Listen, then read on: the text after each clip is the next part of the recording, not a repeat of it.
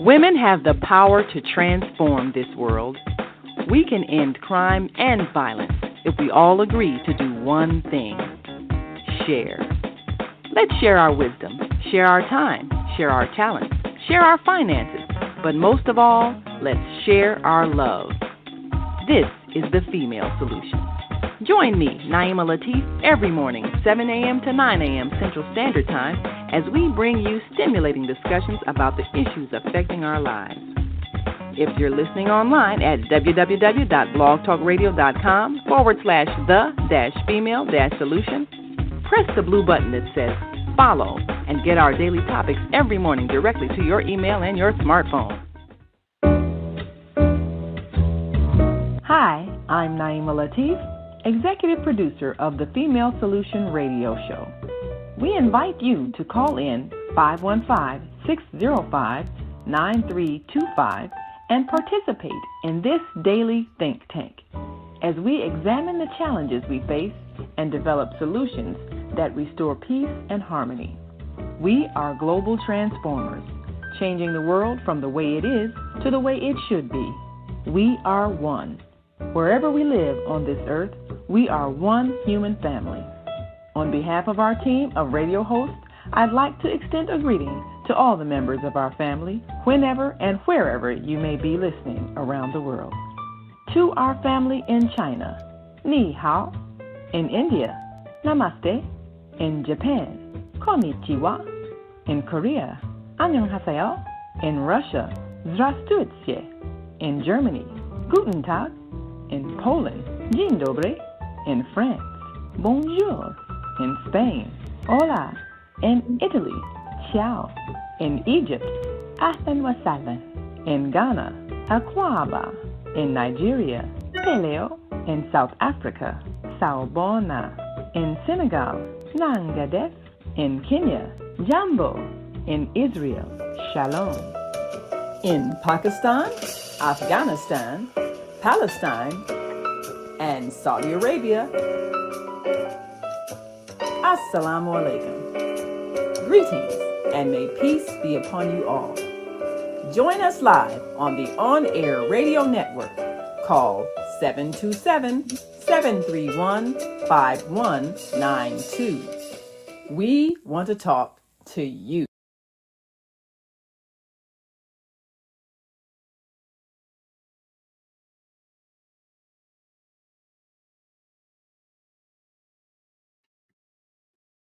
Yes, we do want to talk to you.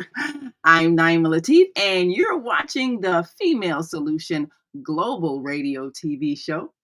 We're so excited because as we expand, we continue to meet exciting people who are influencing world thought. And today we're going to talk to one of those influencers that is especially using social media. Yes, the world has changed. And in case you hadn't figured it out, people are getting information differently.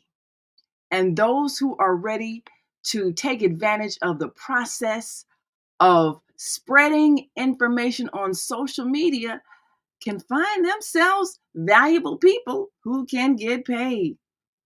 Well, today our guest is Audrey Mack. She's a Facebook influencer.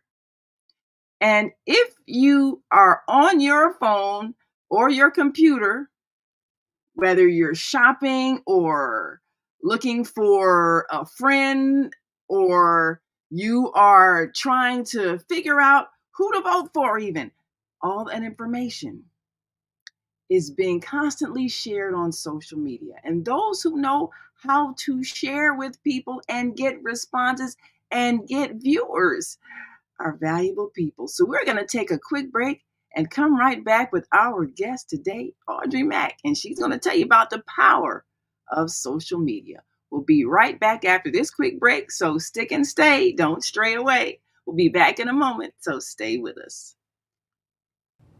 Hi, I'm Naima Latif, and if you're watching this, that means you're one of the 4.6 billion people from around the world who are using an electronic device to talk to people. In these times, People are using the internet to talk to everybody: friends, neighbors, family members, co workers. People are on their cell phones and computers all day long. Now, if you're in business, that is great news. That means you can sell your products and services all day long and never have to leave your home. All you need is a media connection, somebody to connect you to an audience. And that's why I'm talking to you today. We produce programs, and our audience members are people who shop. They buy clothes, food, beauty supplies, cleaning supplies, home repair, transportation services, child care services. Whatever you're selling, they need to buy it.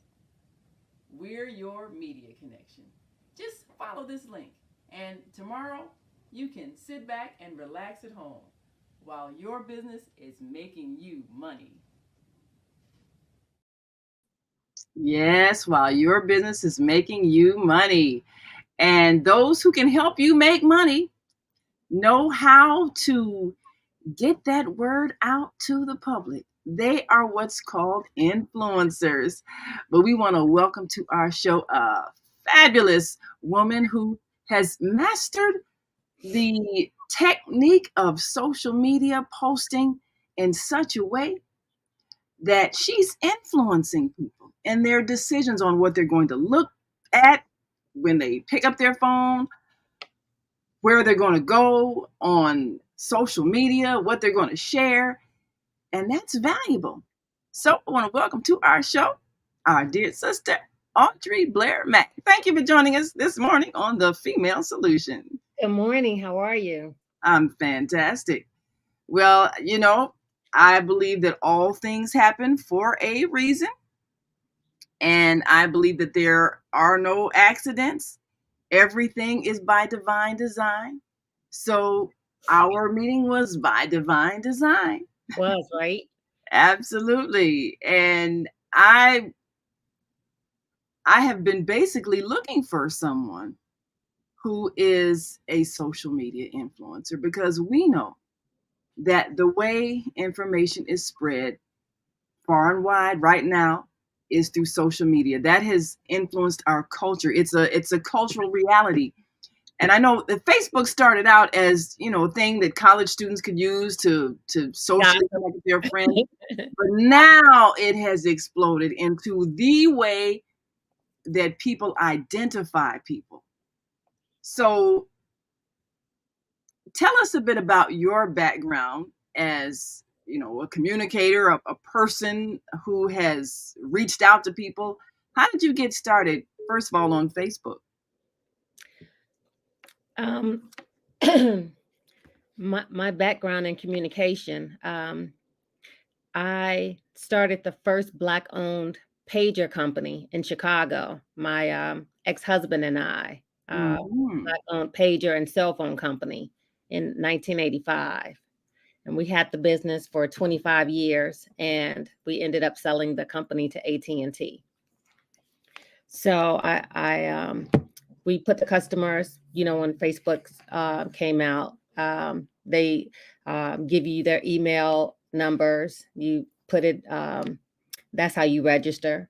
So anytime it was just a way to be able to communicate and let them know when you had sales going on or promotions going on, and a way to be able to communicate with your audience or with your customers, just a way to be able to communicate. So the numbers would build on the business side that way. But when I separated from the business, a lot of the customers, you know them, you see them out. I transferred a lot of them over to my personal web page, in case I decided to do any side hustles, as you would say. I would always be able to start up, anything new and popular, so. Sorry, but I didn't press at least 4 digits of your PIN number. Oh, I'm sorry. Well, I think one of the things that has happened one of the things that has happened that has really shaped our culture has been the fact that we are using cell phones, whereas used to be landlines was the thing, and now everybody has a cell phone, and so that is the communications device. So you start out with pagers, and then we saw how that kind of shifted once everybody had a cell phone. So now, do people still use pagers at all? Doctors in the hospital, they still use the pagers. Ah, Delivery boys, they still use pagers, but people, no, not like back in the day. No. Um, Pagers were a way to communicate when you didn't have a phone, but you had a phone on the corner, on every corner street. You could, you know, use that quarter to make a phone call right quick. But now everyone can afford a cell phone so much that they don't need a home phone. Even little kids have cell phones. So yes. social media is doing so well. Now, how has that influenced the fact that the young people walking around with a phone? How has that had an influence on the I guess the focus of social media in influencing young people and even purposely marketing to young people? People use children for Mm, everything as far as marketing. They're using if a grown-up wants to get famous, they'll put a little kid in their commercial. They'll have the kid singing in the background. Let the kid get famous, and then they'll take that kid's spot. They'll slide on into the commercial, make everyone famous in the family, but they'll start out with that child. Because the children are the future. They're the new audience. So yes, use the children. yes.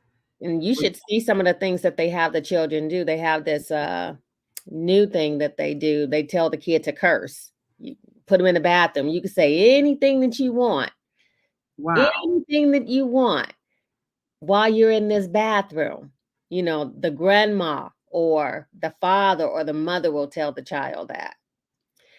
And but when you come out this bathroom, you can't use any more curse words. But while you're in this bathroom, you can say it. But they're recording the child.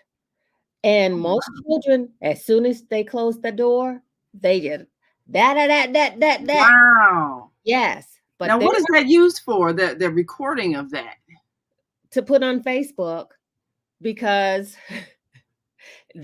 what they're doing is showing what children will do when you're not around. Oh, wow. And grown-ups think that this is hilarious, and it's to get their numbers up.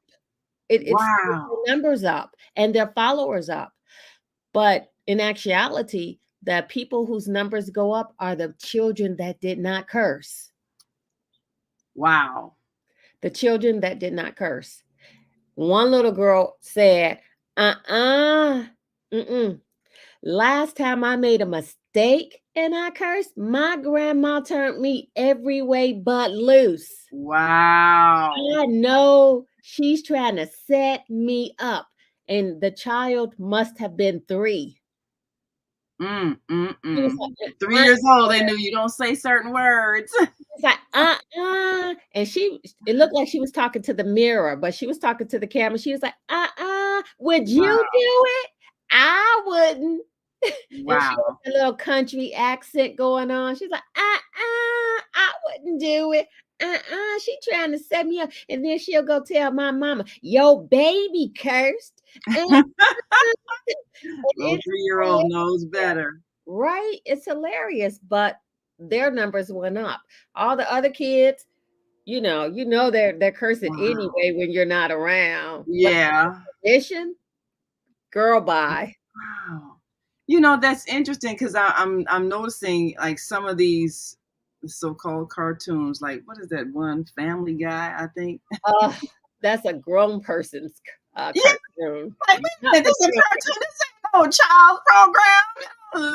The little children cursing and everything. And it started out with Bart Simpson because that got real Beavis popular. and Butthead. Beavis and Butthead. So they can see that children are attracted to misbehaving children Oh, and I understand what you're cursing children. saying. Yeah, Bart Wow.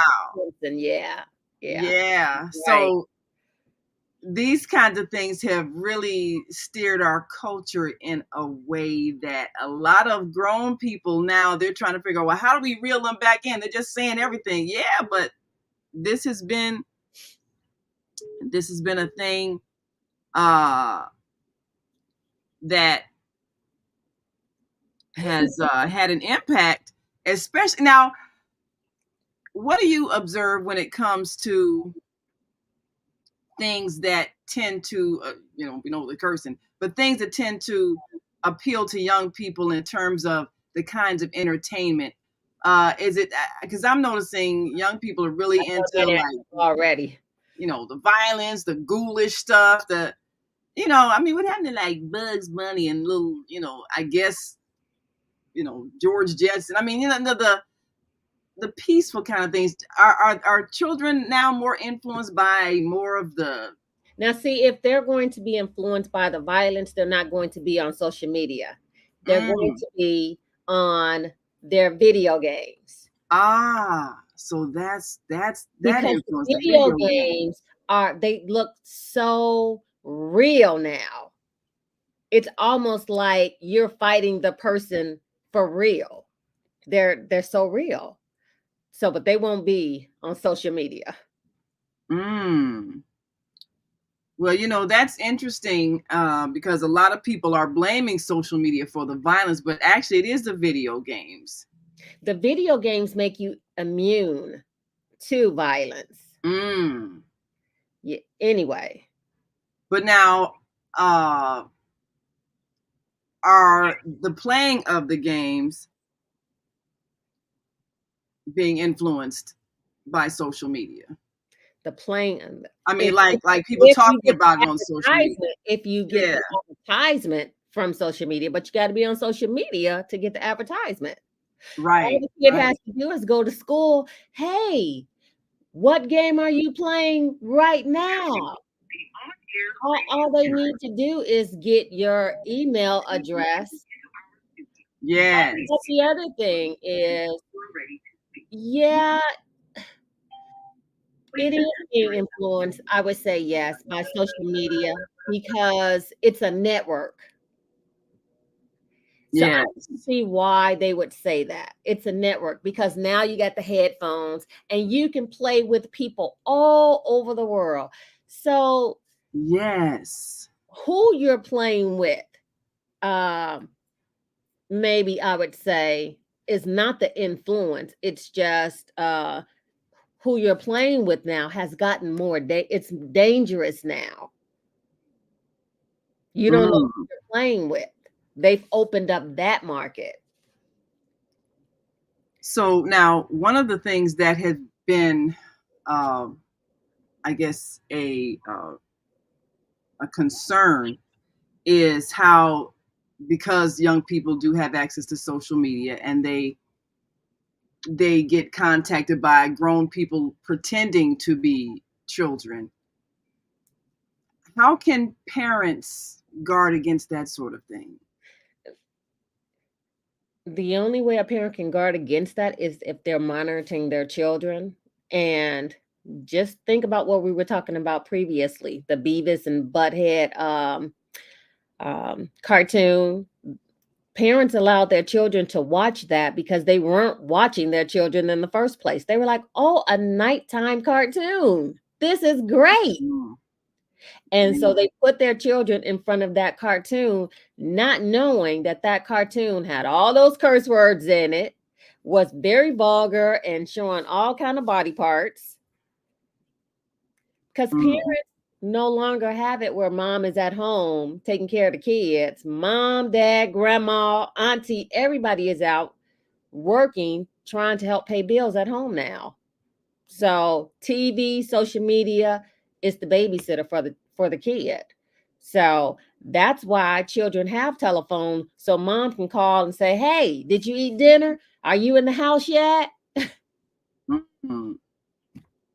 Now, is that also just part of the whole latchkey children situation where because our culture has evolved into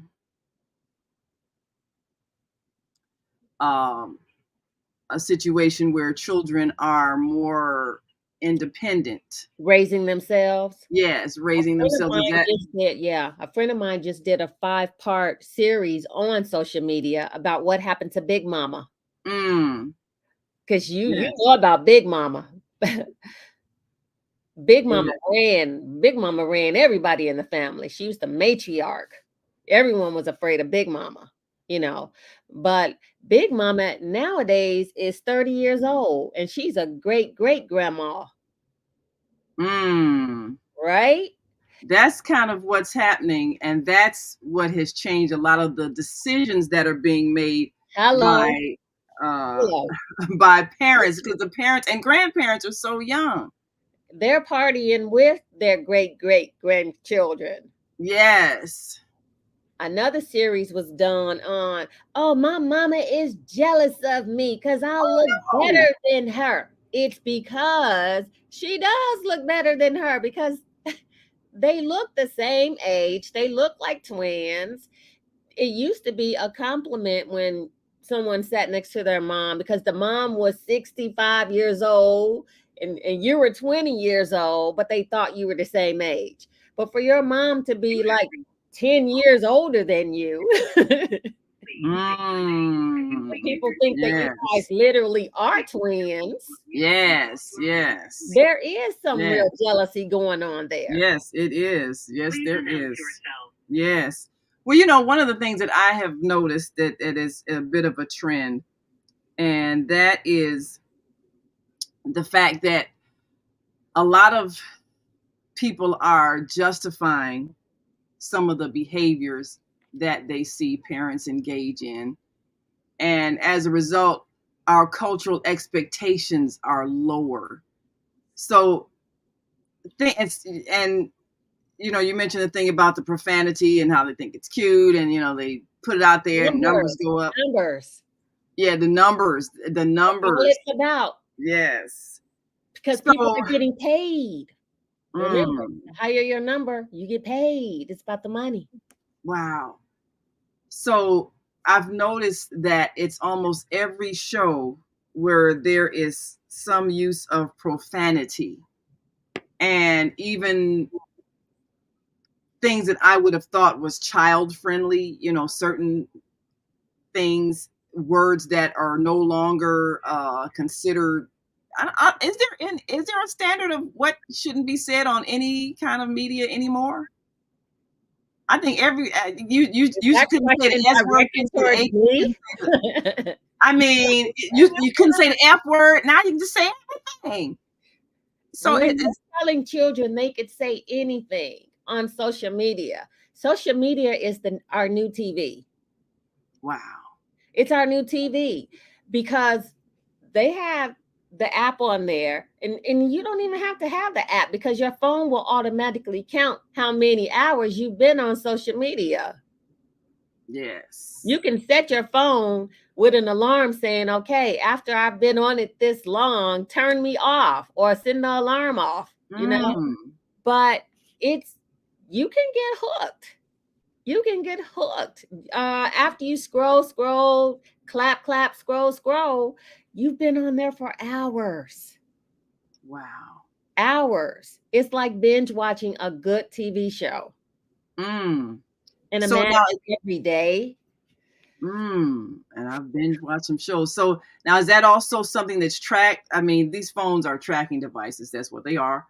Uh, so if you are watching a particular thing for a long time, all of that's tracked, and that influences the algorithms in terms of what they see, what's popular, what gets attention.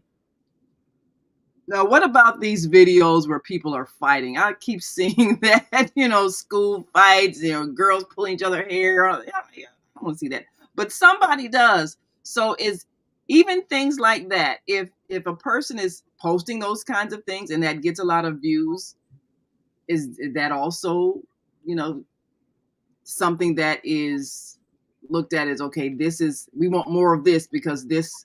And that's funny that you should say that, because for creators or influencers, Facebook has uh, a category on there for us to go to on what to post. Mhm. And it'll say what people are more interested in seeing. Mhm.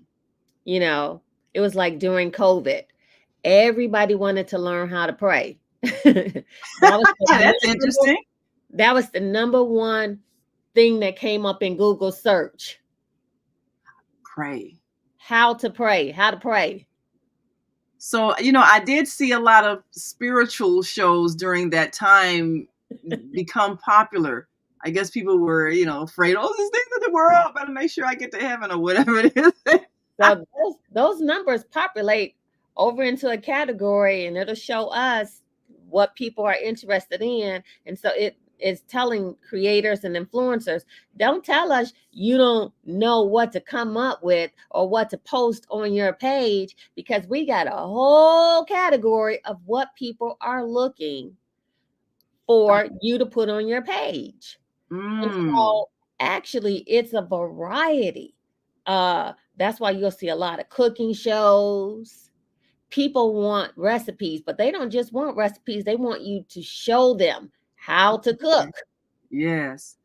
They want I the did details, you that's know. interesting. Because I did a farming show couple of years. As a matter of fact, we started a farming program in the year 2020, and just as COVID was taking root, and we actually called our program Pandemic Farms, which stands for producing agricultural nourishment, developing economies, making independent communities. And we were Nice. showing people how to recognize the plants that are growing that they thought were weeds that are actually medicinal, actually nutritional. Oh, And okay. we were showing them how to make certain recipes out of various plants, and that was one of the highest rated, I guess, shows in terms of followers, because I was doing it like 3 times a week, and I had people tuning in regularly. I was doing it live on Facebook, and I'm like, wow, people really care about this.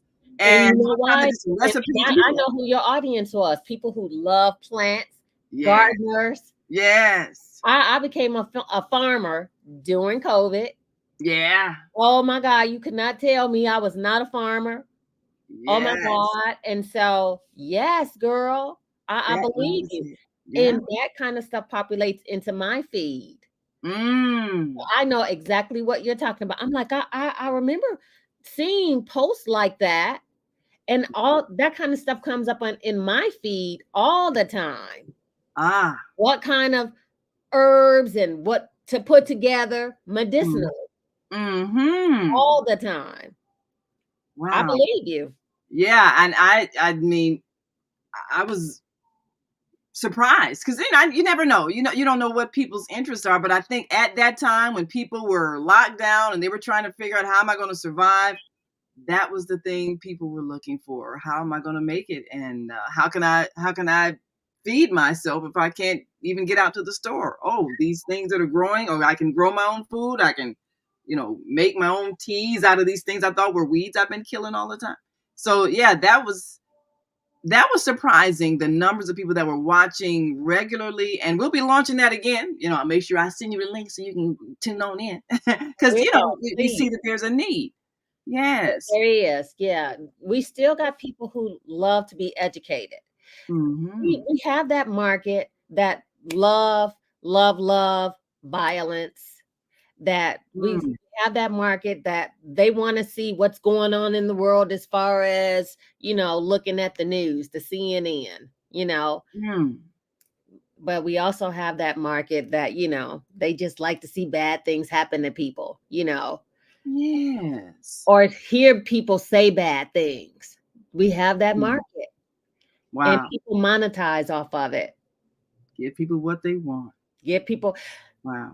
But it's so funny that it's almost like Facebook is trying to clean things up because, like in my paperwork that I have with them, they people can shut your page down now for nudity, vulgar things being vulgar. So if you get reported or the page just not looking right or it's just out of whack or whatever, and you get reported, they will take your page down. So, we gotta take a break, but when we come back, I'm gonna talk about some things that can cause people either to be suspended or taken down, or can somebody even falsely report something just because they don't like what you said politically. But we'll talk about that when we come back. And if you're just tuning in, we are talking to Audrey Mack, who is a Facebook influencer. And if you've got a Facebook page, you need to hear what she has to say, because you can be an influencer too, or you can be influenced. We'll be right back after this quick break, so stick and stay. Don't stray away. And if you want to call in, you can give us a call at 515-605-9325. We've got some people on the switchboard. Press 1 if you're ready to speak, or you can call us on our on-air radio network at 737-721-5192. We want to talk to you. We'll be right back after this quick break, so stay with us. Hi, I'm Naima Latif, and if you're watching this, that means you're one of the 4.6 billion people from around the world who are using an electronic device to talk to people. In these times, people are using the internet to talk to everybody. Friends, neighbors, family members, co-workers. People are on their cell phones and computers all day long. Now, if you're in business, that is great news. That means you can sell your products and services all day long and never have to leave your home. All you need is a media connection, somebody to connect you to an audience. And that's why I'm talking to you today. We produce programs, and our audience members are people who shop. They buy clothes, food, beauty supplies, cleaning supplies, home repair, transportation services, child care services. Whatever you're selling, they need to buy it. We're your media connection. Just follow this link, and tomorrow you can sit back and relax at home while your business is making you money.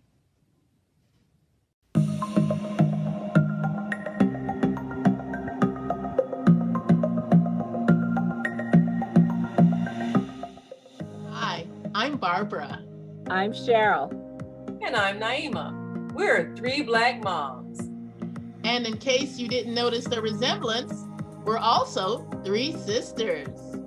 We're going to be coming to you every week, sharing our successes and our mistakes as we navigate our lives as moms, wives, sisters, daughters, and of course, Black women in today's world.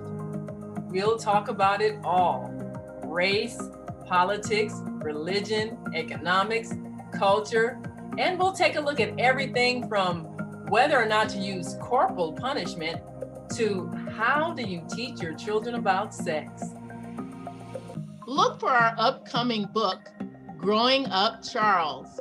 It's a personal story about our lives growing up in Maple Park on Chicago's South Side. I'm Barbara. I'm Cheryl. And I'm Naima. We're 3 Black moms. Follow us on Facebook and subscribe to our YouTube channel, 3 Black Moms.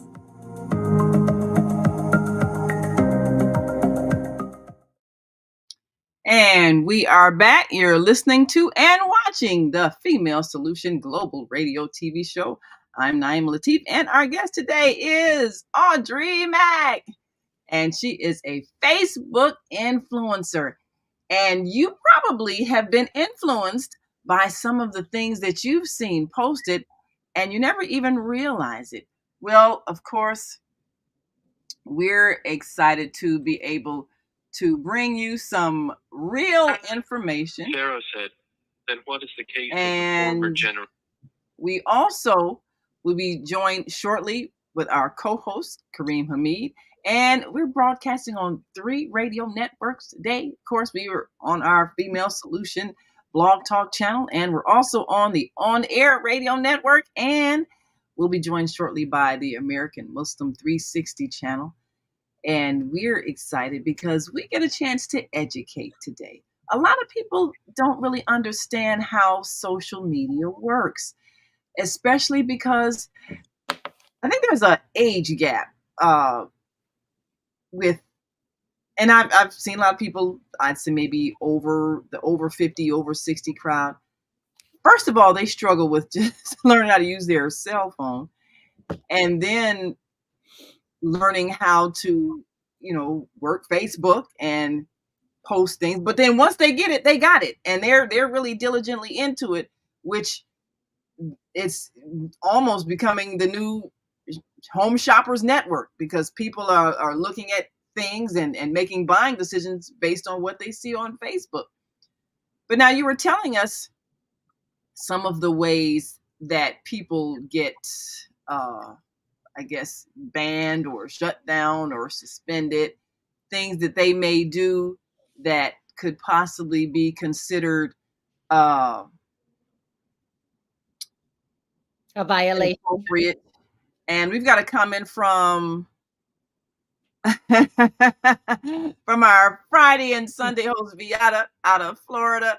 And she says, Grand Rising Queens, so true. We are addicted to our phones and in need of therapy.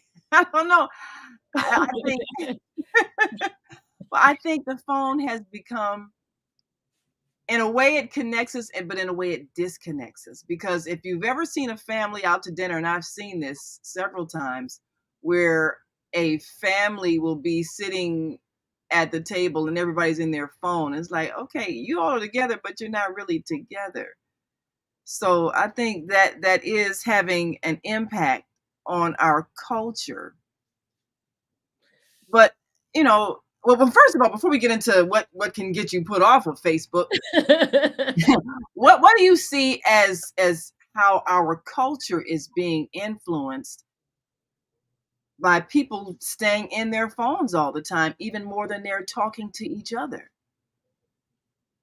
The disconnect between families, you see that. Yeah. No communication, not just children with their parents, husband and wives. Yeah. Husband and wives, the relationship has turned into boyfriend, girlfriend. Ooh, wow. Where if you're in a marriage for 30, 40 years, it's like, that's a blessing, because people think you're going to go to jail if you're married that long nowadays. That is true. I mean, it's so rare, because people, I mean, they'll be married for maybe 3-4 years, and then they're done, and then, or they might just have a long-term live-in relationship. Well, we'll see if we get along. Well, of course, yes, let's make a deal like it's a game show or something. Yes. What? Yes. Where did these rules and regulations come from? I know. Can you read your book? Because I don't have it. I know. This program. That has become the norm, and it's almost because people, we're living longer in a lot of ways, and yet people are going through multiple partnerships throughout their lives. I'm divorced right now. I did not know that my ex-husband, and I'm sorry, ex-husband, but he's remarried now. He'll be all right. Yeah, he's all right. That he was on his phone looking at inappropriate situations on his phone. Yes. Oh my God. Now that brings us to the issue, because while we could use the internet for wonderful learning and communication, there are those who choose to look at porn, and porn is very addictive. Dangerous to a relationship. Yes, it can destroy. Some people encourage it in a relationship, but. So now there are still some levels of obscenity laws. And you can't show nudity or, excessive violence. And yet there are things that just nearly cross the line, but not quite. And they do appear on social media. So Right. what are the limits that people can post? I mean, I've seen people, It looks like porn to me. looks like porn to me. I saw a thing where, I When mean, I see it, I report it. Because like in my contract, it's like you can't do this. But it's what a person's integrity is as far as whether or not they're going to report it. Because some people like it. So if they like it, do you think that they're going to report it? They like it coming up on their screen. So since we're talking about the numbers, It's a numbers game. if somebody posts something and if enough people are voyeuristically watching it, whether it's soft porn or whatever, will they just let it go? Because but this is Let's the other way. Mm. So okay, so they took this page down or that page down. They have it now where the person can just set up another page up under another name and And keep on going. keep on going. You used to have to put your information in to set up a page. Mm. When you go on social media now, it's all different kind of name. Bam Bam. Red you don't have to even use a real name to do Red this. Flintstones. Wow. Come on. Wow. So how many people does it take to complain about something being inappropriate before? Only one person has to complain. If Just one? it is inappropriate. But there are things that we cannot talk about. Like in my contract, you can't talk about politics as an influencer. Now, there are other people, as a regular person, you're not an influencer. If you're talking about politics or whatever, your numbers is going up, people want to follow you and all of that, you're not an influencer though. But as an influencer, they want you to stay clear from that. They don't want you doing all that cursing and all of that to get numbers. They don't even want you saying comment below. What do you think about this? Comment in the space below so that we can get more followers. They don't want us to do that. Whatever it is that we're posting, that's how we get followers. But we can't encourage you to interact or to if you want to make a comment, it's because you wanted to make a comment. But you can't encourage it. We can't, come on. So now what about if people comment and say something obscene? Do you have to delete it? Are there guidelines for that? They have something in there that they can do it. They monitor all of that. So if it's getting a little bit too vulgar or whatever, some things we probably will never see anyway. We might not see all of the messages, they filter it out. So now I have seen and they'll put some bad ones in there just to make it fair, but they filter a lot of things out. So now I have seen a lot of intense political discussion, and we've got some hosts that have some very strong views, and sometimes they get flagged for something.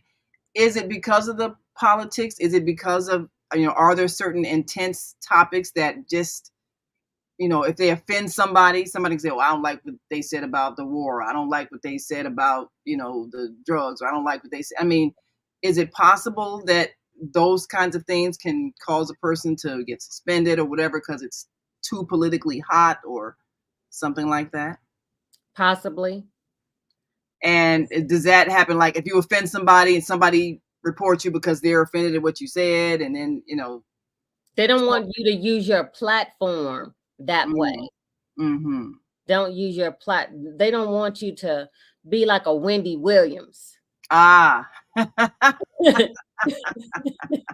Sorry, Wendy. Well, you know what I'm talking about, Wendy.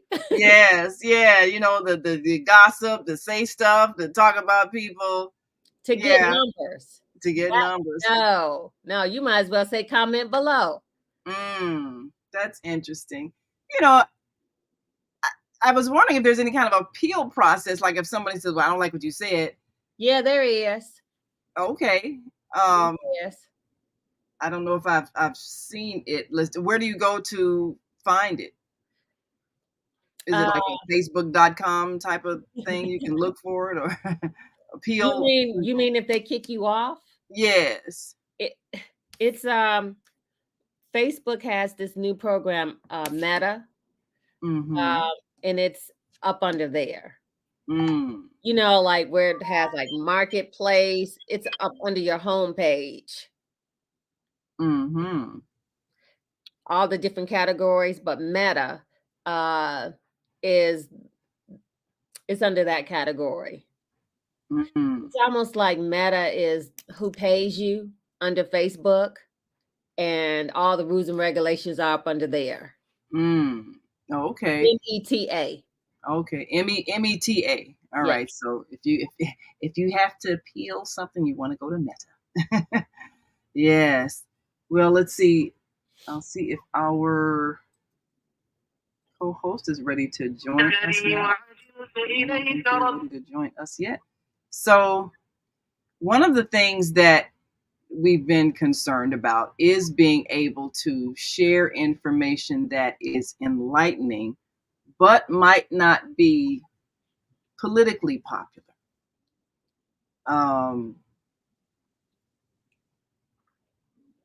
What if, of course, if a person is like, are there certain words you need to say as disclaimers?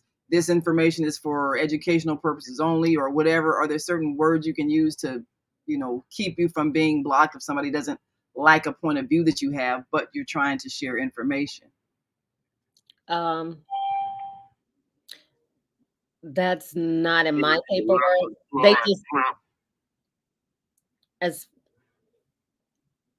They were very blunt about your language. Very blunt. That was very clear. Even though other people, you'll be like, well, they're doing it over there. In my paperwork, it's very clear not to do it. Don't even get started with it. But I'm up under a pilot program. So it's very clear. This is what you are not to do. And they want to see how it's going to go. So with this pilot program, what are some of the influencers being asked to do to, I guess, increase stay away from they want to see how the numbers go without using curse words, without voicing your opinion on politics, steering clear from that, without saying comment in the section below, that kind of stuff. Drawing followers that way. Just very clear about it. Another thing. Without getting followers by saying, my mama died last night. And because that's when someone dies, everybody's gonna be like, oh, I'm sorry. You're gonna like have a million comments of everybody saying I'm sorry. They're not gonna count that day. That's just like a condolence day. So like if something bad that's not like something to look at as a marketing thing, because it's a condolence day, as you said. So like if your platform is about depression, you want to talk about depression, but you want to talk about how you can improve it. Everything should be in a positive light. So, yeah, I'm depressed, but this is what I'm doing in order to better myself or better my conditions. I'm going to go walk today. Come walk with me, or, some days when I wake up in the bed, in my mind, I tell myself, ooh, I don't feel like myself. Maybe I should stay in the bed so I don't mess up somebody else's day. Something like that. Because it's staying in a positive light. You feel yourself that you're not yourself. Who didn't wake up on the wrong side of the bed? But who got up anyway and was a grouch and treated everybody horribly and nobody knows what's going on with you? Maybe you shouldn't even left the house that day. You're keeping it in a positive light. Mm. Well, I could easily see how some of the people who just come on Facebook just to, I don't know, vent or whatever. Sometimes it's helpful and sometimes it's not. So, but you have certain people that are there, relate if it's going to be like part 1, part 2, part 3, part 4. Mm-hmm. How the story started. So people need the background knowledge. But if it's going to, the healing, it's almost like they're using it as like therapy. Yeah, I've seen that. Somebody maybe lost a family member, they're grieving, they'll, do several series about that. Now, how is that looked at by Facebook if somebody is they loving it. Loving it. Oh, okay. Loving it. Because who hasn't went through situations like that? But how is it going to end up? That you ended up getting out of that situation? This is what it took for me to get out of this situation, but it was grueling. I had to fall down 1,500 times. Okay, yeah, maybe you didn't have to, but I did. So is it helpful then if you say, well, I'm going to do a 5-part series on blah, blah, blah, blah, and so they know people are going to follow you? Because like when I did the farming series, I said, okay, we're going to do a series. We're going to, from, beginning the planting season all the way to the harvest in October. And I had a steady increase of followers because they knew I was going to be on a certain time, day, and doing this. So those kind of things helps increase the numbers. If you tell people I'm going to be live, I'm going to be doing this at this time, follow me tomorrow, I'm going to do this. So that sort of thing is what increases numbers. But you put part 1, part 2, because there was this lady there that Risa, I can't think of her name. She had part 50 on there. Wow. I think they're about to make a movie on her. She's a social media hit right now. Interesting. She went viral. But yeah, they're going to make a movie from her story. So tell us how that works when someone goes viral. How does that increase their I guess financial benefits if they get like 1 million views on something? Once you become viral, you're famous. Oh, okay. And then what can you therefore do with that fame? You can do commercials. Just it's as if you were a basketball player. You got an NBA contract. Now you're going to be on the front of a cereal box. You're doing commercials. So you can use your platform. You can write a 2-page book and say, send in a penny. And if you want to know how I became viral, everyone send me a penny. Can you imagine how many pennies that person will get? Or send me $1. You're famous. Everyone wants a piece of you. Wow. Everyone wants a piece of you. You're famous and you're getting paid from everywhere. And people will send that $1 in, that penny in, and they will keep doing it. Wow. That's really interesting because there are people who they are trying to get that fame by going viral, but the things that they're posting might be very negative. So the program that, this pilot program that you're in now, Facebook wants to see, and it sounds like what they want to see is maybe if some more of the positive things can get just as much attention, which is great. Might be a way of, as far as children, how children see things, because like I said, how that the kids that didn't curse got a lot of popularity. So tell us a bit about how do they track when somebody goes viral? How can they tell that somebody's got I don't millions know. of views? Are they looking at numbers every day? They have a system. Mhm. They have that system. Um, they even know if it's the same computer in the same house and up under the same account, but just a couple of different, names. They're like, everybody in this house pushing this so that you can go viral. No, that does not count. That counts as one. So I don't know what kind of system that they have. Um, but I also think that it's going a little bit too far because it has slowed down. You seeing even some of the friends that you would normally see on your page. Um, you don't get the traffic in that you normally would get in. So it takes a little bit more effort for you to get your own traffic. Sometimes I can't see you, so I don't even know if I'm. Yes.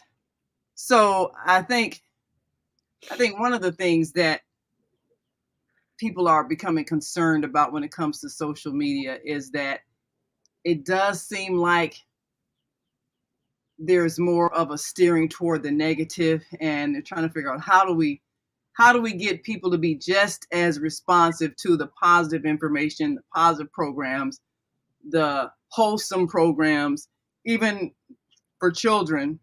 How do we get those kinds of images and those kind of sounds to go viral? Are there some tips to that? Hopefully, this pilot program will go well. If they have that much control over it, that they can push the negative into the back because, Facebook has come a long, long way. Um, they're intertwined with YouTube and Instagram and TikTok.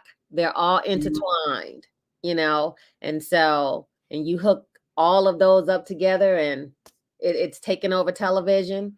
And so if the pilot program goes well and they have that much control to say who goes viral and who doesn't, whether or not you're pushing that you want this person to go viral, but it might not be a good influence for the population, we'll see. Wow. Well, I'm encouraging people to use their social media, Facebook, Instagram, YouTube, TikTok, uh, everything, and put out a positive message, because I believe if more people who want to see positive things on social media put those things out there, then we'll see that people really do respond just as well to good speech, encouraging speech, positive speech, wholesome images of people being loving and kind, and not being violent and cruel. I believe that there will be just as much of an influence. We have to choose, though, to put our eyes and ears on those things if we want them to be popular, so that all of the owners of these social media platforms can see that the majority of the population of Earth really does want to see positivity. They will be drawn out of curiosity to the negative. But what is the saying? If you give people a clean glass of water and a dirty glass of water, they will choose the clean glass. That's what I believe. I truly agree. Truly agree. Yeah, Yes. definitely. Let's see, we've got a comment here, and okay, Thiusu says, hi, Thiusu. He says, what does it mean to be an influencer? Good question. Is that for me or you? Yeah, well, I think that's you're an influencer. I'm just a producer, but you're an influencer. So tell us, what does it mean to be an influencer? Can I convince you to go this route or that route? So there's this scripture in the Bible that says it's this big road leading off into life, or the big road leading off to destruction and a little road leading off into life. So you got to do a whole bunch of good things in order to, get life, but it's that road is real little and, but to get to get destroyed, the road is real big. So you can do anything. And that's basically how social media is right now. You can do anything to get popular right now. And an influencer, they're doing it. Cursing, talking about things that you should not, just to get numbers, just to get a check, on that big road, anything, putting Well, things on what people want to see. Well, Thulsa says, my concern about the positive message is that can also be used as an excuse to censor, quote, bad thinking. I can understand that. It's like when you had a strict mama. Mm-hmm. You can't go outside, you can't play with those kids. Well, who is those kids? It Yeah. raises my curiosity. Yeah. Yeah. So there's Sometimes. a balance. Yeah.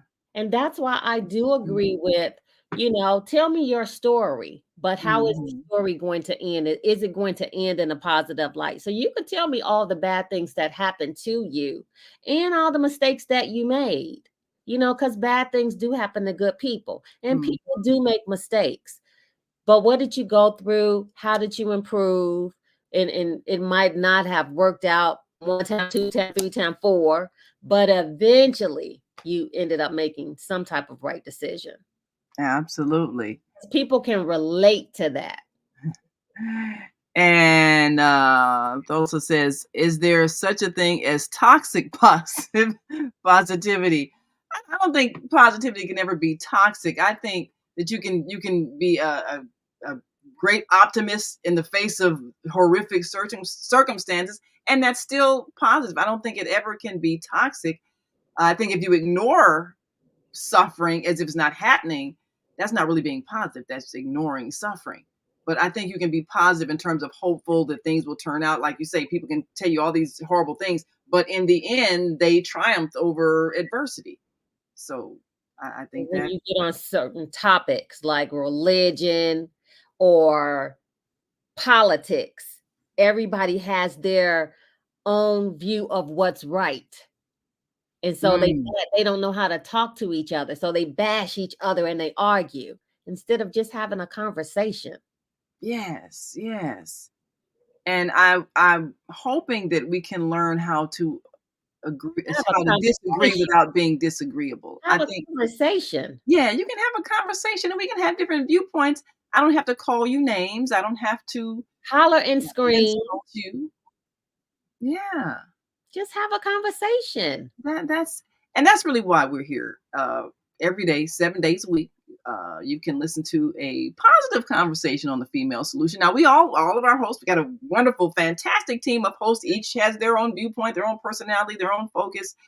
But our goal is to raise consciousness, to give you some information that you didn't have, to maybe elevate your thinking, maybe challenge some old beliefs that you may have had that don't really serve your best interests, and help you to see these things. But ultimately, our callers, we respect them highly, our viewers. If we don't agree, that's okay. We're not going to insult you or call you bad names because, you might be pro-gun or, anti-abortion or whatever other, hot button thing is, and that's okay. You have a right to express yourself. We give you that platform, whether we agree or disagree, but there's always respect. So is there, we're about to take a break, but is there I guess, guidelines? So if a person's going live on Facebook and they got people that are maybe responding and so forth, is there a guideline on what you can say back to someone as you're live that, would not cross the line in terms of what is considered obscene, vulgar, or whatever? Because I've heard people call people names and stuff like that. I'm like, oh, can you say that? So are there guidelines on that? There are guidelines, and I've seen them not shut it down, but I've seen where they shut the show down, but then they let them come back on. But they shut it down for a few minutes where it just totally went blank. But that was like a warning. You hit that button. It's being monitored. But they let them come back on because they, they have an audience, but it's like it's a warning. Okay, now. Yeah, don't do it again. Well, I know we've got some callers and a couple of more comments. I did tell you now, but because I know you got a date. But do you have a few minutes to stay with us after the break? Sure. All right. Thanks so much. Well, you're listening to and watching the Female Solution Global Radio TV show. I'm Naima Latif, and our guest today is Audrey Mack, Facebook influencer. And you can write in your comments. We got a few more comments here, and we'll take them after the break. And if you are listening online, you can call in 515-605-9325. Press 1 if you're on our switchboard now and want to speak to our guest. And if you're on our on-air radio network, just unmute your phone when we're ready to call on you, and we'll bring you into the conversation. We'll take some calls after this break, so stick and stay. Don't stray away. We'll be right back after this brief break, so stay with us.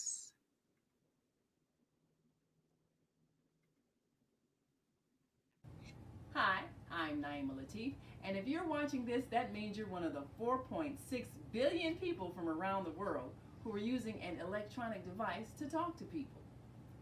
In these times, people are using the internet to talk to everybody. Friends, neighbors, family members, co-workers. People are on their cell phones and computers all day long. Now, if you're in business, that is great news. That means you can sell your products and services all day long and never have to leave your home. All you need is a media connection, somebody to connect you to an audience. And that's why I'm talking to you today. We produce programs, and our audience members are people who shop. They buy clothes, food, beauty supplies, cleaning supplies, home repair, transportation services, child care services. Whatever you're selling, they need to buy it. We're your media connection.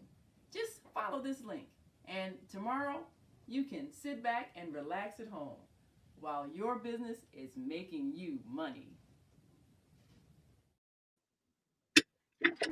And if you are watching this, you should know that every time you are on your cell phone, computer, or any other device, it's being monitored. And that means people know what your interests are. So tell us how algorithms work. Let me open up the mic before you answer that question. Let me open the mic and take one of our callers. Area code 334-9895. Give us your name, where you're calling from, and your question or comment for our guest. Oh, praise God, and good morning. Assalamu alaikum, Naima. Wa alaikum salam. And to your listening, thank you. To your listening audience, your brother MacArthur. Oh, thank you so much for coming. Well, all right. Well, thank you for joining us. Yeah, yes, I've been listening to Miss Audrey Mack, and she's sharing her knowledge with the audience and educating us on what an influencer, the new way of marketing, or a new way of marketing,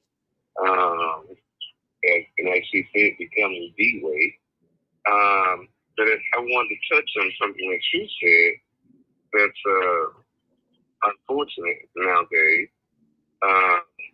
when people should be able to have a conversation and state their opinion and have different, even if we agree to disagree, then there should be respect. But unfortunately, we're living in time in the present day and age where, if people are scared to even state their opinion about anything, unless they, be canceled or, just fear, it's plain fear. And I think that's unfortunate because, like you said, people should be able to have a conversation and be able to, even if it's, they don't agree on a particular subject, they should still respect each other's opinion, because the dialogue is where we're supposed to learn from. And it's interesting too, the influencer part that I've been listening to Audrey Mack talk about, in terms of how, they censor everything. And like you pointed out, people who are kind of, and I could understand some of your guests, them being timid and sharing their opinions and sharing their feelings because they feel somebody's listening. But like you say, everything, the algorithms, everything's being basically, your habits, everything else is nowadays being recorded. College scholarship program. Yeah. I'm sorry. Yeah, so I was about to it behooves us to learn and to get on that information highway and learn as much as we can, especially in terms of the marketing aspect of it. But we have to respect each other's opinion. And unfortunately, the discourse, especially if it's supposed to be our democracy, has got that very ugly. I mean, it's a case in point. Now, shut up. You have the owner of the Latin guy of Goya Foods employing 4,000 people, 4,000 employees. And this is Goya Foods, which is Latin Foods, and 4,000 employees. But because he said he made an opinion a couple of years back and said I don't like to quote people because I don't know what the exact opinion was, but he supported or he liked something about Trump. And all of a sudden, Castillo and all, Democrats saying, boycott Goya Foods. That's not America. That's not having a conversation or, being fair and equal. And so it's gotten very ugly, but we have to be that part of our citizenship and the part of our, as Audrey Mack is an influencer, be a part of that conversation that, like you say, does give people that platform to have that discourse and be able to hear other ideas and other thoughts and other conversations. I know. I really think it helps your brother Tianki over there. I think yeah, I mean, we've got a few callers that they have some very very strong views on things, politically and socially and so forth, which is good because I believe and thank you, Brother Neil, for those comments. I think that's one of the things people are concerned about.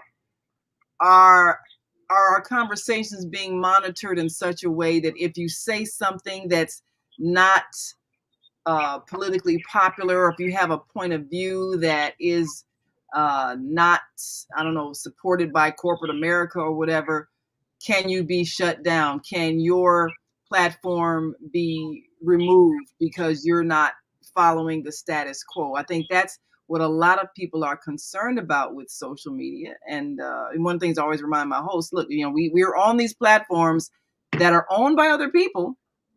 And just like whether you're on network TV or anything else, people will allow open dialogue, but there is a standard that they would prefer. So, well, the algorithm, it can control what goes into your news feed. A lot of people used to say, just post, just keep posting, post like 100 commercials or post content every day or post content like 5 times a day. Whereas then you have this other influencer that just posts once a day or 3 times a week. But that person's content is getting shown all over the place. They can control what content is getting seen. It's like a commercial.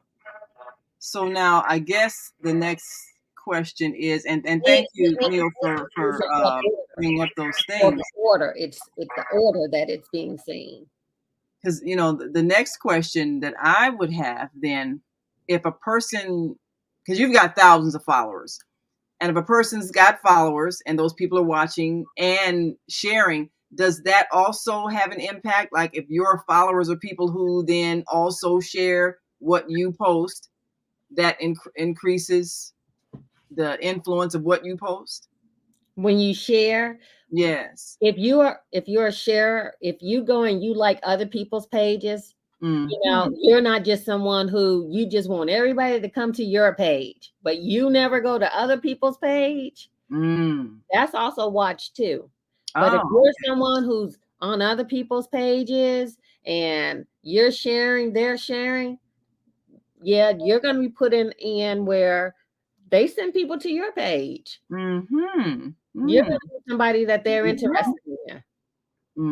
So it's about circulating the information. So you need to like and share other people's pages not as well. Just be a scroller, not just scrolling by, you know, like, comment, you know. The same thing that you would want someone to do for you, do for them. Scroll and like. So you can get back in the mix. Well, I think that's very valuable for people to understand how it works, because you know a lot of times people are wanting to have followers, but they don't follow anybody. So that will not get you in the loop in terms of, you know, things being sent to you or people being sent to you to watch your posts. This is definitely a science, and some people have mastered it, which is, you know, why they're asked to be influencers, because they understand how it works. But now, well, we've got a few other comments. Let me go in. If you're on our switchboard, oh, we've got another caller. We're going to take your call next. Let me go to a few comments. And Dulsu says that while there are benefits to being optimistic and engaging in positive thinking, toxic positivity rejects all difficult emotions in favor of a cheerful and often falsely positive facade. Well, you know, I understand that point. Like, we had, you know, 3 people got shot today, but everything's fine. The sun is shining. I mean, I understand. You want to be realistic also. Yes, you know, yeah, you want to be realistic about things. And I guess there's a way to talk about things that have happened, but still have a positive attitude. And also says having conversations can be dangerous, though, because it risks challenging one's comfortable thinking. Well, let me pause on that for a moment, because I know one hot button that was really a challenge was during the COVID crisis. Was there any particular policy that you know of that Facebook may have had where people can or couldn't talk about that particular thing any particular way? Do you know of? No, there was no particular policy as far as whether or not who's going to take the vaccine and who isn't going to take the vaccine. That's almost like a political conversation. But at that time, I wasn't an influencer during COVID. So, but I personally didn't see anything. Everybody was voicing their opinion on that. Everyone. Yes, I mean, I know that was definitely a political conversation, and it was a bit of a challenge for some people. That the who's and the who's nots. Yes, yes. Sis, so I think. Please announce yourself. Yes, I think that was one of the things that people discovered, that there were political reasons behind what you had to think. So was that something that, I guess, is that something that's still in the realm of what they consider politics? I think you can take any subject and turn it into politics, you know, any subject. We're talking about a banana, and then they take it into science, and then they take God out of the mix, and they're saying that it, you know, no, it dropped out of the sky, and let's vote on it. Now we're voting on it. No, let's do a march on it. Hey, weren't we talking about a banana? Show. So it just depends on who's having the conversation.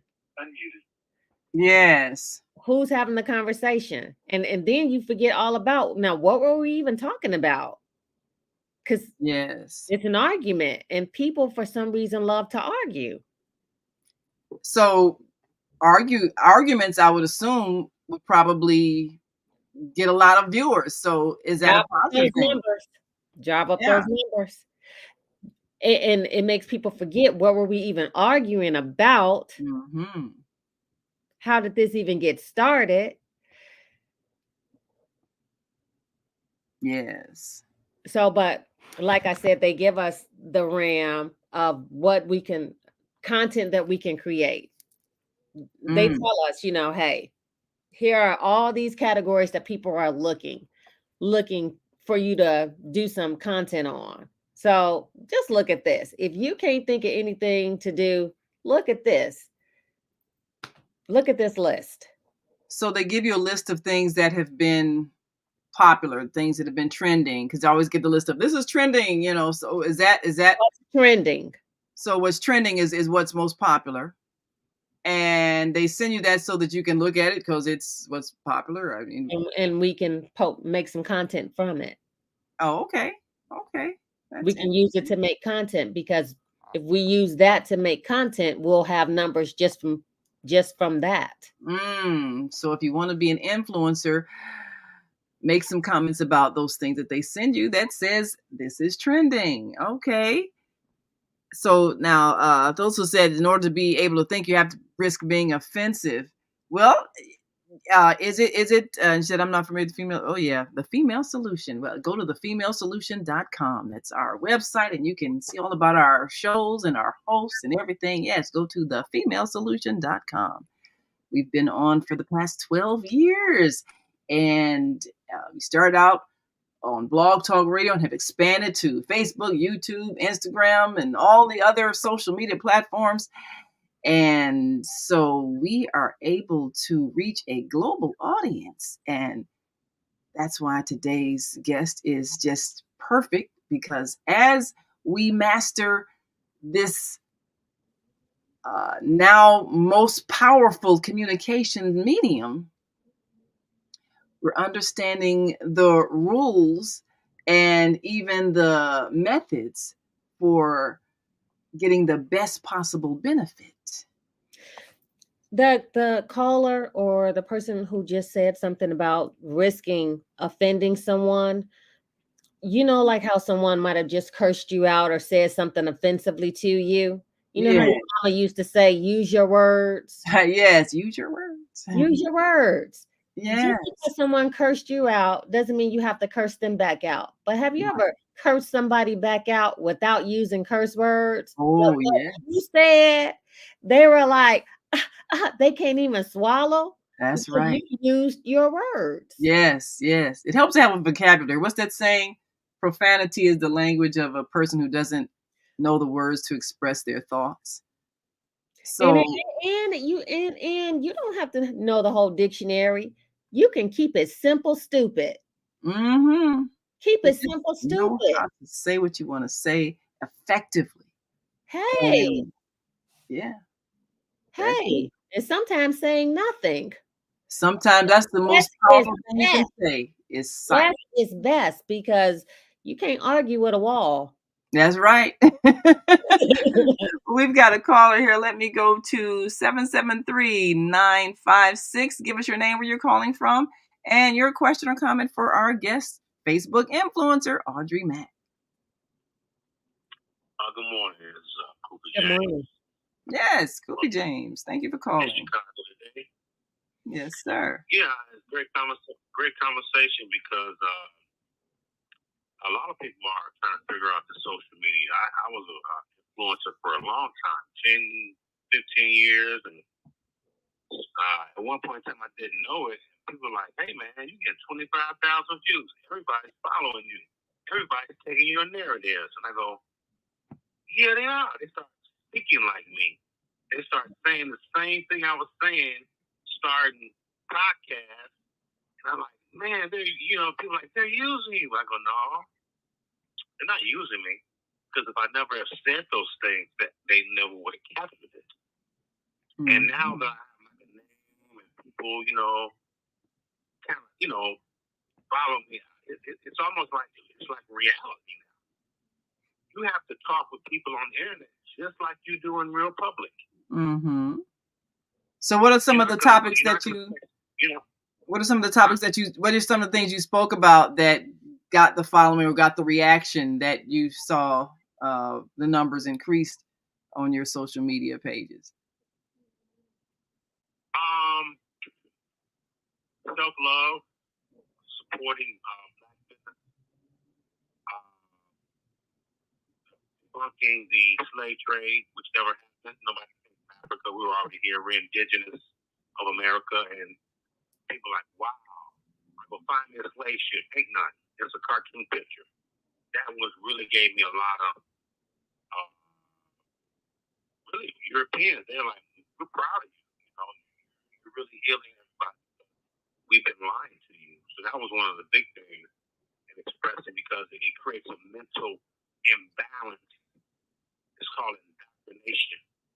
It creates a mental imbalance in black folk when you tell them they feel displaced in their own land in America. I know you all have heard about, what I've been saying. Most of us have connection with Southern people. We are the original Indians. We are the original tribal Aboriginal people in America. When they came here, they saw kings and queens. They saw pyramids, which are not down. A white person sent me a picture of the Niagara Falls. He goes, hey, man, this was a pyramid empire. Do you see the Sphinx head and the feet? It was cut down. I go, thank you. And so that was one of the biggest things. Very dangerous, because you can't, truth can hurt you. It was very dangerous, but a lot of celebrities, there are a lot of people influencing, you know what? You might be right. I go, yeah, this information is going to give you peace. Well, give you peace. It's gonna relax and realize that the lie. This European man told me, he goes, we lied to you because we didn't want you guys to know who you are. So for the rest of your life, you're going to be chasing who you are. This is why we told you we brought you from Africa. We didn't bring you from Africa, but we did it to make you uncomfortable so we can manipulate your mind. Look at what Putin's doing. Look at what Putin's doing right now. With the picture of the Black Jesus. Yeah, I saw that. That definitely got a lot of responses. So, Kubi, I'm gonna let our guests respond to what you said. There are some controversies that will probably and start an argument, get people angry, have them debating back and forth. Is that a kind of thing that Facebook likes? If somebody approaches something or introduces an idea that gets a lot of response because it's controversial, because it's something different than what's been said, because it maybe challenges. But it can be educational. It can be educational. And people can express their opinions and have a conversation, not an argument. Yes. And I think conversation. So if they're seeing that, wow, people got a lot to say, and people have opinions, and people are getting educated from this, and this new algorithm thing, they want to see new content. They want to see fresh ideas and see how people think. You know what I mean? So if it's allowing people to express what they think, but without an argument, because politics has two different definitions. Politics a lot of times means argument. Yes. And I've seen certain conversations get a lot of intense debate and discussion. Um, Abortion, that's a hot button issue. You got people for and against. Of course, the war in the Middle East, that's a hot button issue. So anybody who makes a comment about those things, you're going to see a lot of response. And of course, And the if you more let them people, speak, if you let them allow them to speak, in what direction are they taking this conversation? Why are they having the conversation? Is it because they're afraid? They're voicing their opinion because the world is about to be blown up tomorrow. That's why we're having this conversation. I just need to get it off my chest. Someone can just bring me back down to earth and calm me down. Yeah. People So are loud. Their voice is loud anyway when they talk. That's just how they talk. So when you have things that pop up like, the president's State of the Union address or whatever, you had intense conversation on both sides, all over Facebook and everything. Of course, it's politics, but would an influencer not get into that conversation, or would an influencer share that conversation? An influencer would say his opinion, but safe to say, probably, you know what I thought about it? We probably would do a Wendy Williams, I'll share their opinion.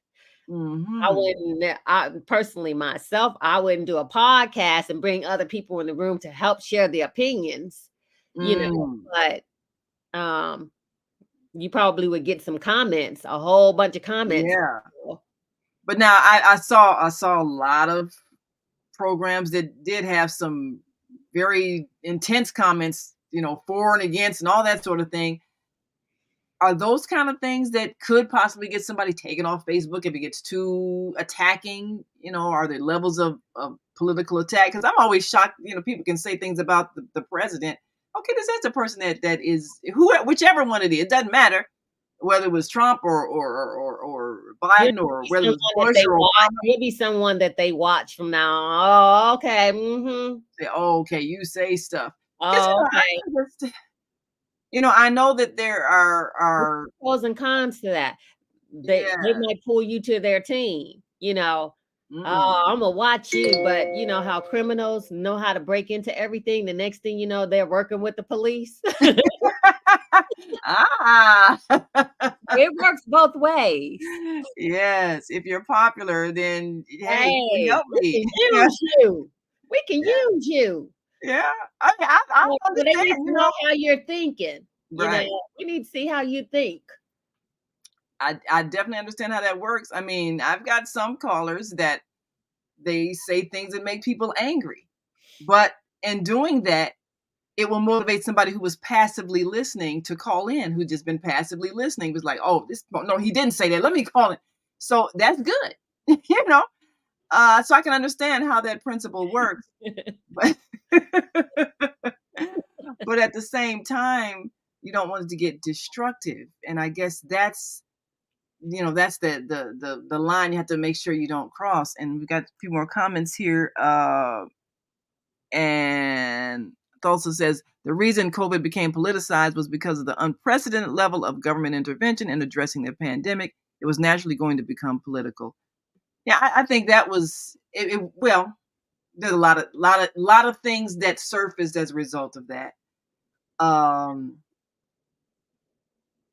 Fear was one of the main things. Fear. The idea that someone can infect you and cause you to die. I think that was the biggest thing that was exposed.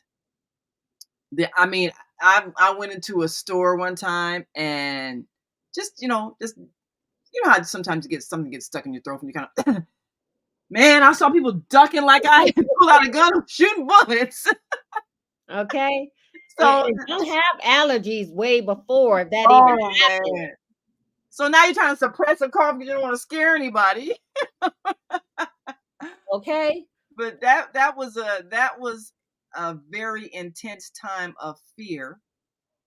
And you had people on both sides of the fence you know, and I had to tell our host team, look, we're going to respect everybody's view. You have a right to either, you know, get the shot, not get the shot, mask, not pass the mask. That's your personal decision. But whatever it is, be respectful of other people who disagree with your viewpoint, because we can't go to war over this thing. We have to wait till it passes, and eventually it will, you know, because whatever happens, eventually we're going to develop what they call a crowd immunity. Everybody is immune to it at some point once it's saturated. And now it's saturated the whole earth. It's all over the air. You've breathed it. You know, if you're not sick and dead yet, okay, you're probably immune, so don't worry about it.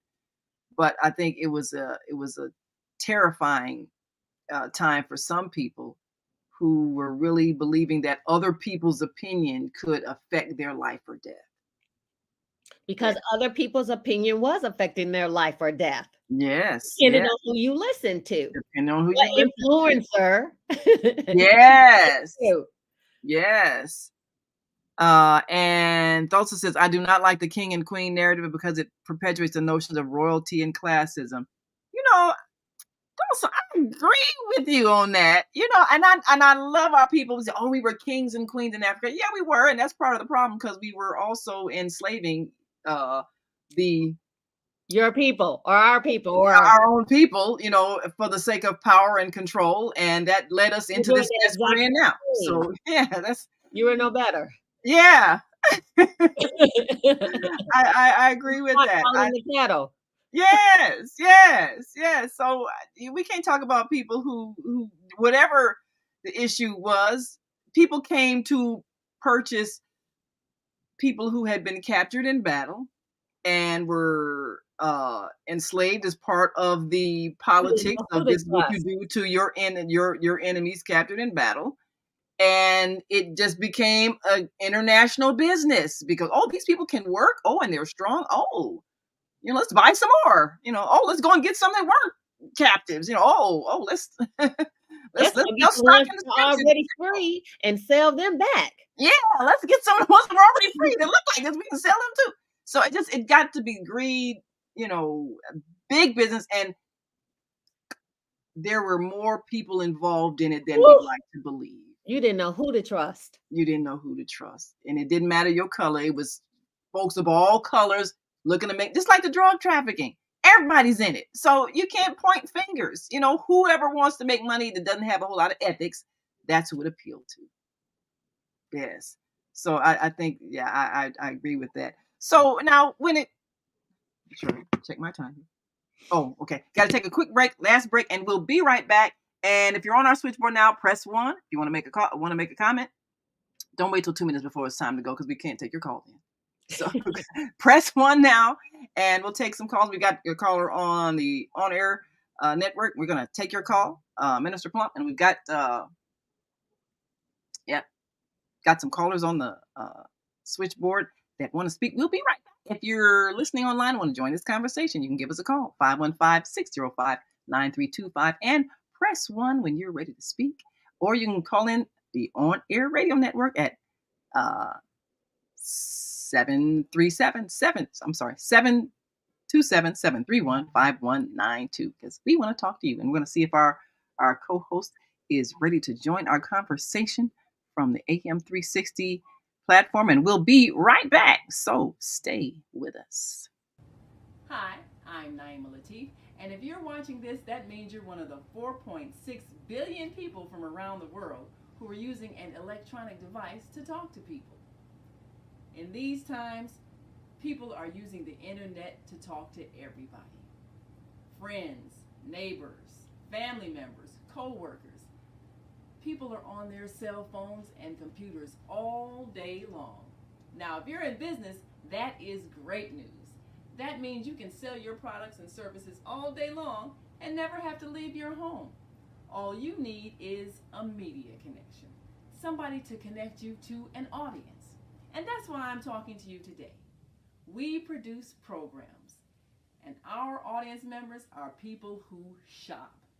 They buy clothes, food, beauty supplies, cleaning supplies, home repair, transportation services, child care services. Whatever you're selling, they need to buy it. We're your media connection. Just follow this link, and tomorrow you can sit back and relax at home while your business is making you money. Hi, this is John Alexander. And I'm Naima Latif. Meet people like you who are making a positive difference in the world. Big difference. Watch us every day on The Media Connection at www.youtube.com/The Media Connection TV. YouTube it. We'll see you soon.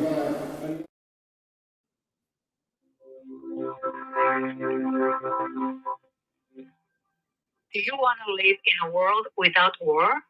Join our global peace movement.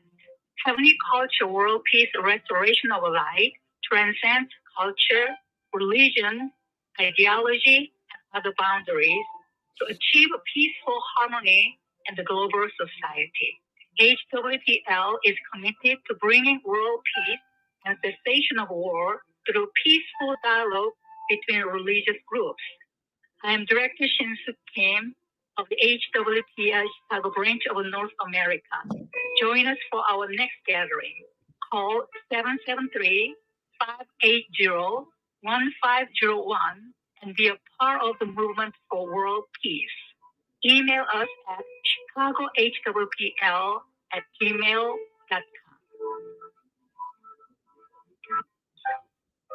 We have an opportunity to transform the whole global society in the next 50 years. 50 years from now, the earth will be populated by a new generation of adults, many of whom are yet unborn. Our mission is to nurture them in childhood with love, guidance, and protection, and to raise them in healthy, happy families. If we impart values of compassion, generosity, and respect for fellow human beings in the next generation of children, they will create a world where people can live together in peace. This is our goal. Be a part of the transformation. Get your copy of the book, The Female Solution. Go to www.naimalatif.com. That's www.naimalatif.com.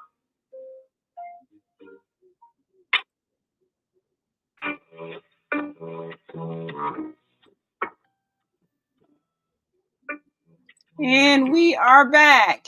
You're listening to and watching the Female Solution Global Radio TV show. I'm Naima Latif, and our guest today is Facebook influencer Audrey Mack. And we have had quite an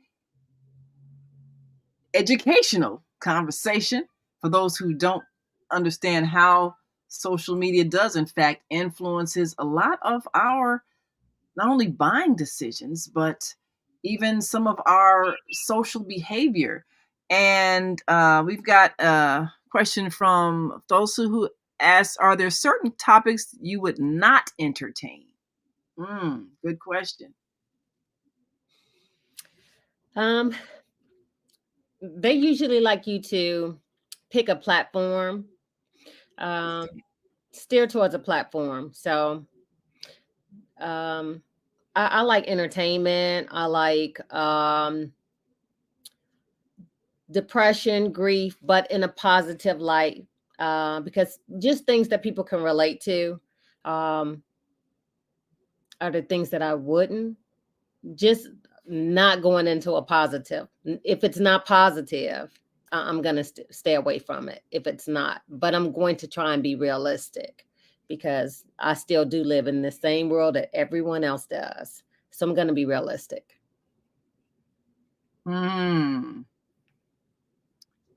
Have there ever been things that you have seen others promote that got a great response that you thought, oh, why do they do that? The one I told you about with the children cursing, how they use the children. And I was just listening to your commercial, what you guys represent and how you're looking at the next 50 years, the generation that hasn't even been born yet, that we influence them. And so if you're telling the kid it's okay to curse and these are their beginning words, you want to see what they're going to say. The kids that they have on there, they're 1, 1.5, 2, 4. But you know, when a kid curse, that's the most clear word that comes out of their mouth. They're still talking baby talk, but then when they say the curse word, it's so clear. And you're telling them that it's okay. Say whatever you want to say. But it was getting ratings. But like I said, the children that did not do it, you could see that they had a positive upbringing. They didn't care whether their parent gave them permission. They didn't care if they was in the room by themselves and nobody else was around. They still didn't want to do it. Yes. So that shows you that when some people have when they have principles, they're not going to violate those principles. A good foundation. Yes.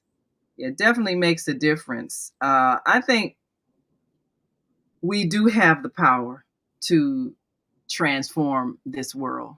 And we always, of course, remind people that we are influencing the next generation. And those who are here today, if they're negative, well, that's okay. You only got a certain amount of time on this earth and then you're gone. So 50 years from now, people who might be creating the problems, they'll be gone. So how do we influence the ones that are going to be in leadership tomorrow? And that's our whole goal, is to steer the conversation toward the positive, to actually make being positive, be popular, and to show that people really, there are more people doing good things than doing bad things, doing hurtful things.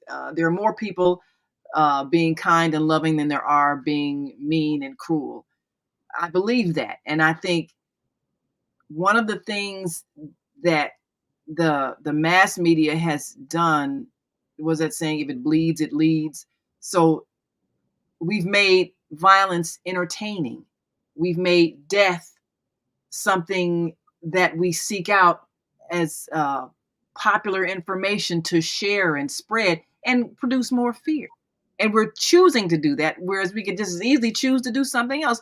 One thing I like about this pilot program that you're talking about is the fact that they're going to see, well, okay, what happens if we do the positive things? Will that get the same result? It makes me think about, I don't know if you saw that movie Monsters Inc. It's a child's movie, of course, but they were using the monsters were employed to use fear to get fear energy, from the children. And then they discovered that if they made the children laugh, that produced even better energy. So instead of using fear, they used joy.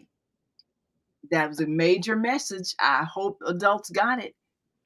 We can influence using joy as opposed to fear. I only have one grandson, and he would play the video games with his cousins. And he was staying with me for about 3 years while his dad was sick. I would hear him in the room with his cousins, and his cousins curse. He started cursing. So I'm like, pulled him aside. I was like, you don't have to do, why are you cursing? Why are you doing cursing? Oh. You don't got to curse because they're cursing. You can say, I don't talk like that. Absolutely. And so then I would hear him say, the next time, well, I don't talk like that. So then you would hear them not talk like that. Yes. Yes. But I had to monitor, Yes. I didn't have to stay in the same room, but I could hear. But if something wasn't right, and that's what we got to do, Yes. we got to speak up. We got to monitor these children. We can't let them babysit themselves, or they're going to raise themselves. And we can't say that it's okay.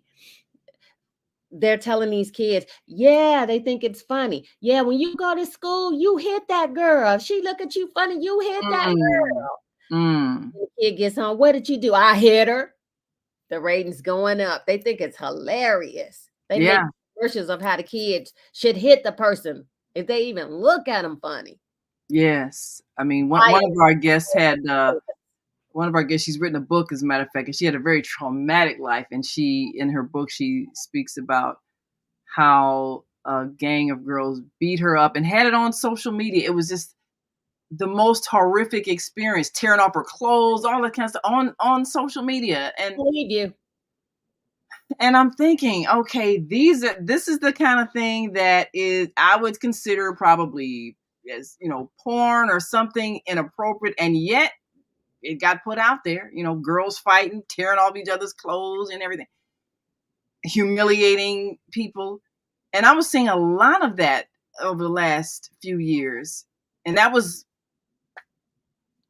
I don't think it was ever taken down. I think those things stayed because they got a lot of views. Like you say, people might be offended, but if nobody reports it, it gets a pass. So I think it can probably get taken off a person's page, but then when it gets forwarded, shared, that doesn't get taken down. Yes, that's the thing. If it's shared so much, can they monitor how many people have it? So, like, if you take it down from a person's page, they can see that. Mm-hmm.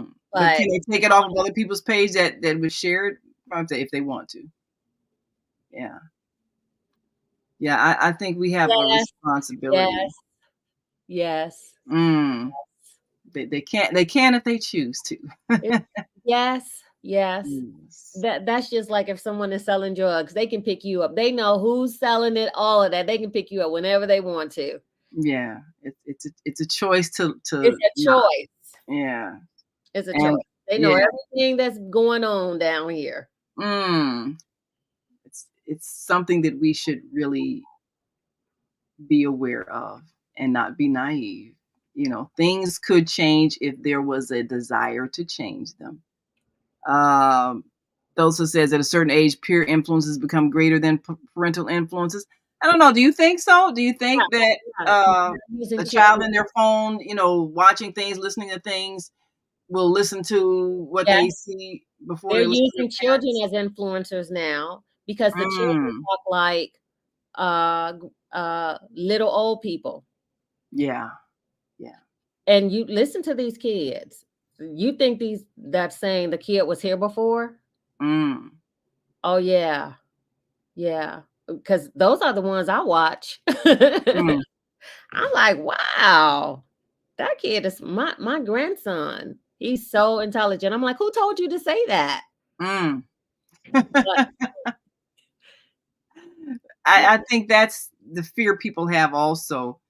And it's also said if you don't raise your children, someone else will. I think that someone else has been, for the last 2 generations, that someone else has been television. And now social media is the new TV, and that's who's raising our children. They're in their phones all day long. They're watching what's put out there all day long. And I think that if your child is sitting at the dinner table with their cell phone and you're not having a conversation, then that's who's raising your child. Because if your child is not interacting during family time, when do you think you're going to influence them? There was when my grandson was like 3, he was going back and forth between his mom and I. He was watching an influencer on social media. The person was telling children how to disobey their parents, what the parent would say, and he was using it on us. When you say this to your parent is going to say this, and she was right. Wow. And it was like she was telling the secrets of the parents. Oh my goodness. Yes, and I just happened to hear it on his phone one day, and I told his dad, I told his mom, like, he cannot watch this. Undermining parental authority. So can you imagine how many children is teaching your kid to be disrespectful, to just be outrageous? That's horrible.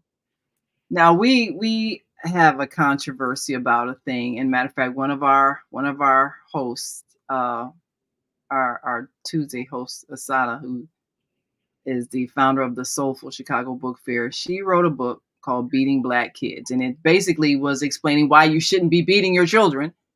But I'm hearing all the time parents are saying, well, that's the problem. the reason why these children are so disrespectful, and they need to bring spanking back to the school, and they need to let you discipline your child. And so there's a difference between a spanking and a beating. My thought is if you teach the child with love and you demonstrate love, then they will respond with love. If they're showing you something other than love, it's what you showed them. So I believe, just like, the child that says, I don't talk like that, like you said, look, we don't talk like that, you have to tell them. And they respected that point of view and chose to follow that as opposed to saying, no, I'm a cuss like my friends. If you demonstrate a higher ethical way of living, that's what is going to influence your children. Hitting them after you've demonstrated low ethics yourself, that's not going to correct the condition because you created that condition in them. So hitting them just violates their self. Don't do as I do, do as I say. Right. Don't do as I do as I say. So I don't think that's the answer. If your child is cussing at you because they learned it, from other children or whatever, probably you were cussing at them. So somewhere, yeah. So we don't like when our children mirror our bad behavior, but that's really what they're doing. And we want to hit them because they're mirroring our bad behavior. Some of the ones that I laugh at, they have these like little babies walking, but they stay with their grandparents and they holding their back and they walking like the old person. Yeah. Walking like well, you imitate what you see. They're mimicking, but their numbers are hilarious. Yes. But the kid is walking around just like the grandparent. Wow. Hilarious. They mirror what we do. They mimic. They're the best mimics. And so since you know your child is mimicking you, be conscious of what you're doing because you're going to see it in them. And don't be mad if they use some words you don't like because they learned them from you first. That's what it is. Well, before we go, I want people to be able to follow you as an influencer. What is your Facebook page? My name. All right. Go to Audrey Mack. You want to follow Audrey Mack. So should people follow you? And then if people follow you, then what happens to the algorithm in terms of what you post? Will they automatically be notified? Like you've just posted something, your friends on Facebook, she just posted this. Okay. All right. Follow Audrey Mack, y'all. Yep. AUDREYMACK on Facebook. Like and share her page so that you can see what's trending, see what's educational, see what's interesting. And if you like to comment, you can. She won't tell you to do it, but you can if you want to. But make sure what you say is something nice. Say your opinion. Say your opinion. Yeah. If you want to be seen. If you want to be seen. Yeah. Yeah. Well, say what you think people ought to see. Because, every act is an act of self-definition. So how do you want people to define you? That will determine what you say. Exactly. Yeah. There you go. Well, all right. Well, we thank you so much for being with us today. Thank you for staying for the whole show. Great. I'm excited and I'm grateful that we now have an understanding about how Facebook works. And we want to encourage Facebook to continue to strive for the positive things, the uplifting things that can enhance life. And we do believe that those things can go viral too. Yes, they can. And we'll help to make it happen. Okay, we'll do our part. We'll do our part. Well, all right. Well, we will see you all tomorrow. Join us right back here tomorrow for Shop with Zoe and learn more about how you can be your own entrepreneur and have your own international sales business right online. We'll see you then. 60 seconds. Until that time, continue to shine your light.